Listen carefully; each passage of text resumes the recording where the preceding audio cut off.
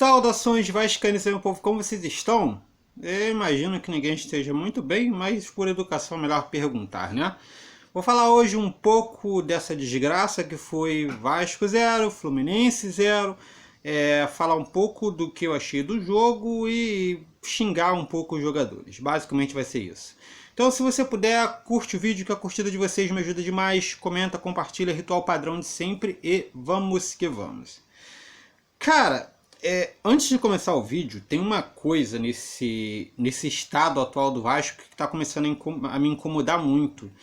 Que aparentemente os jogadores estão cômodos com a situação do Vasco. O Vasco aparentemente não corre mais risco de rebaixamento daqui para algumas rodadas. Se tiver uma vitória, mais um ou dois empates, ou duas vitórias, que já fica safo, já fica de boa. E aparentemente já não tá tão assim, tão fervoroso olhando lá para cima, querendo o G6 e tal. A ideia ali inicial, desde que o Luxemburgo chegou, era sair ali da zona da confusão, como eles chamam, sair da zona de rebaixamento, não ficar perto do bolo. E aparentemente esse objetivo foi concluído. Porque, como eu disse, com alguns poucos pontos o Vasco se salva. Hoje a diferença do Vasco e Fluminense é de 8 pontos. Enfim, tendo em vista isso, o time parece que ficou totalmente apático. E não estou falando só desse jogo do Fluminense. Quanto o Fluminense foi assim, quanto o Grêmio foi assim, quanto o Ceará foi assim.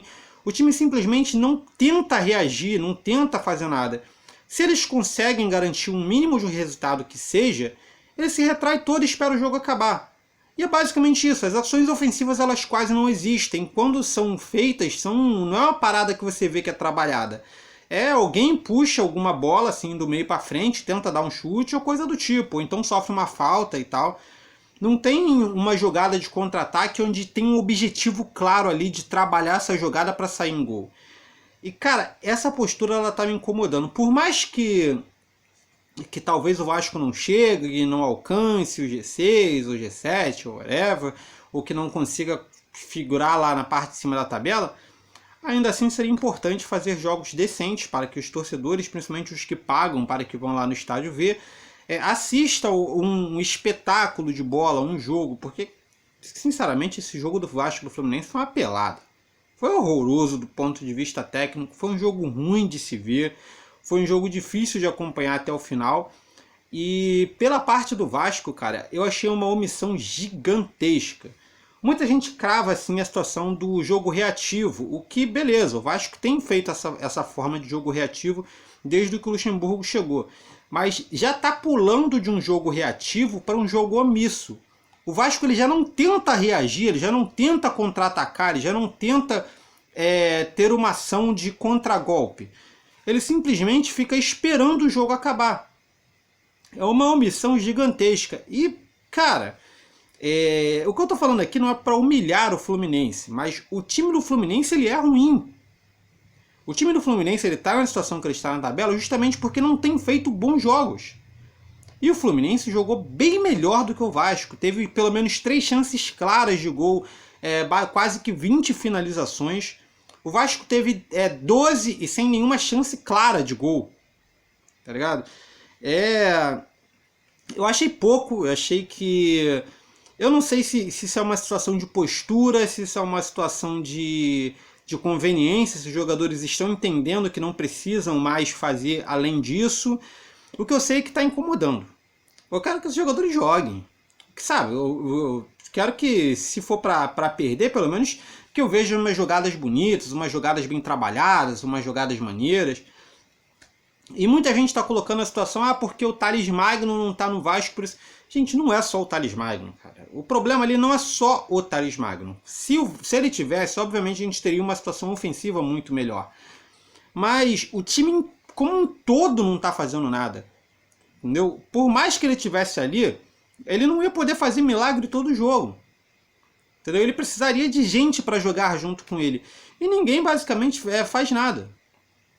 Quando a gente tem opções de ataque, quando a gente tem situações de ataque, parece que os jogadores têm um chip para tomar as piores decisões possíveis nos piores momentos possíveis. Toda vez que um jogador de ataque do Vasco tem a bola, E isso tem acontecido com alguma frequência, não só nesse jogo, mas aconteceu em alguns outros jogos.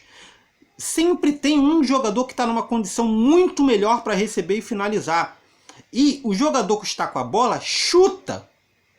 O desgraçado chuta. E erra muito. Tá ligado? O Felipe Tirudo sobre Vasco, ele fez um comentário no Twitter que ilustra muito isso. O Raul nunca fez um gol de fora da área, pelo menos não que eu me lembre. Dificilmente acerta um gol dentro da pequena área. E ele chuta do meio de campo. Qual é a possibilidade disso dar certo? O cara tendo opções de passe, tendo opções para evoluir a jogada. Sabe? E é direto. O Marrone pega a bola, o Ribamar ele dá uma opção para o lado. O Marrone, ao invés de tocar, continua carregando até ficar numa situação que ele fica entrincheirado, que ele não tem o que fazer a não ser tentar chutar ou perder a bola. Rossi, mesma coisa. Pega a bola, corre que nem um louco até a área, chega na área do adversário e bica, chuta, cruza pro outro lado, sendo que ele poderia ter feito uma tabela, poderia ter tocado para um jogador desmarcado. E quando os jogadores que estão criando a jogada fazem uma boa opção, quem recebe faz a pior opção possível. Tem isso também. O Rossi ele fez uma jogada rara de ultrapassagem do Pikachu, onde ele foi nas costas do zagueiro. O Rossi tocou no ponto futuro e o Pikachu se infiltrou. Ele tinha dentro da área a opção do Ribamar e do Marrone. O Pikachu estava sem ângulo, mas esses dois estavam de frente para o gol. Qual é a situação mais lógica para se fazer nessa situação? Cruza para trás, para que um dos centroavantes tente arrematar essa bola para dentro do gol. Ele chuta, sem ângulo, em cima do goleiro. Pra quê? Tá ligado? Será que isso não é treinado? Será que eles não veem a situação? A situação é mais clara de gol, essa é menos clara de gol. Entendeu? Sabe? Não evolui, não vai para frente, não chega. Entendeu? E você vê o Fluminense que... por mais que eu tenha dito que teve chances sim, de gol, também era muito toquinho pra cá, toquinho pra lá, toquinho pra cá, toquinho pra lá, e na hora de tomar a decisão de fazer o gol também não conseguia. Então, tipo, ilustra muito a situação do Fluminense, do porquê que ele não consegue, porque é muito toquinho, toquinho, toquinho, mas a definição não acontece, entendeu? Mas, cara, falando do Vasco em específico, cara, eu tô muito irritado com esse jogo. Não só por esse jogo, e sim pelo conjunto do que vem acontecendo nos últimos jogos. Todos os jogadores, para mim, eu tiro raras exceções ali, o Castan, de repente, o Fernando Miguel, que deu algumas boas saídas. Mas, no geral, a grande maioria me irritou em algum ponto da partida. O Luxemburgo tem que decidir o que ele quer fazer com o Guarim, porque não dá para ele desmontar o time inteiro para fazer o Guarim jogar. O Guarim tem que descobrir como ele vai conseguir jogar nesse time do Vasco. Tem isso. Bruno Gomes, Richard e Raul tem que ter uma definição de quem vai ficar nesse meio campo. Não dá para ser os três, porque faz uma merda que nem essa, que vai ter que tirar dois para colocar dois e acaba queimando substituição. Então define quem são os seus titulares, quem entra ali, quem são os volantes que vão compor o seu meio de campo, para você ter as outras opções por fora. Sabe, é muito complicado. Acho que o Luxemburgo ele armou mal o time, depois teve que recuar o que ele fez, colocou 2 substituições.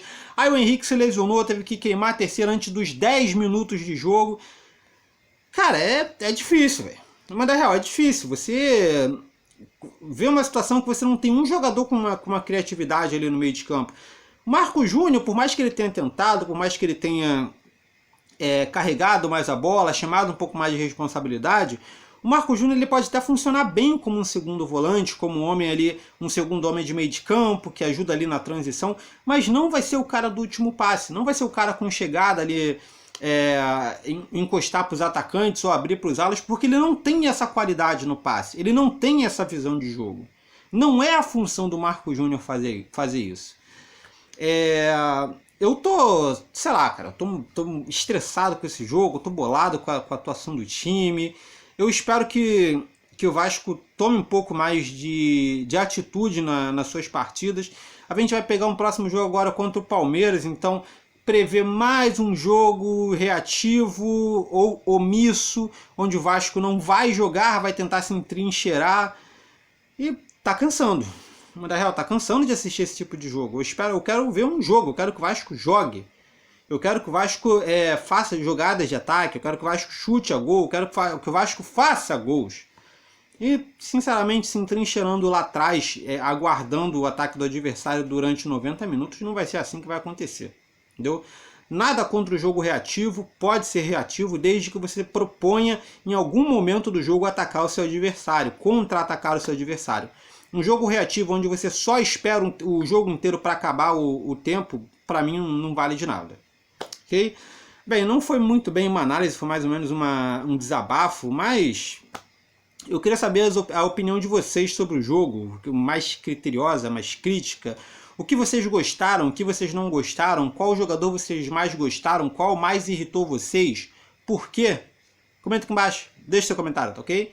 Basicamente é isso. Se você gostou, não está no canal, se inscreve, curte o vídeo para dar moral para o canal. É isso aí, beleza? Então valeu, falou, até mais.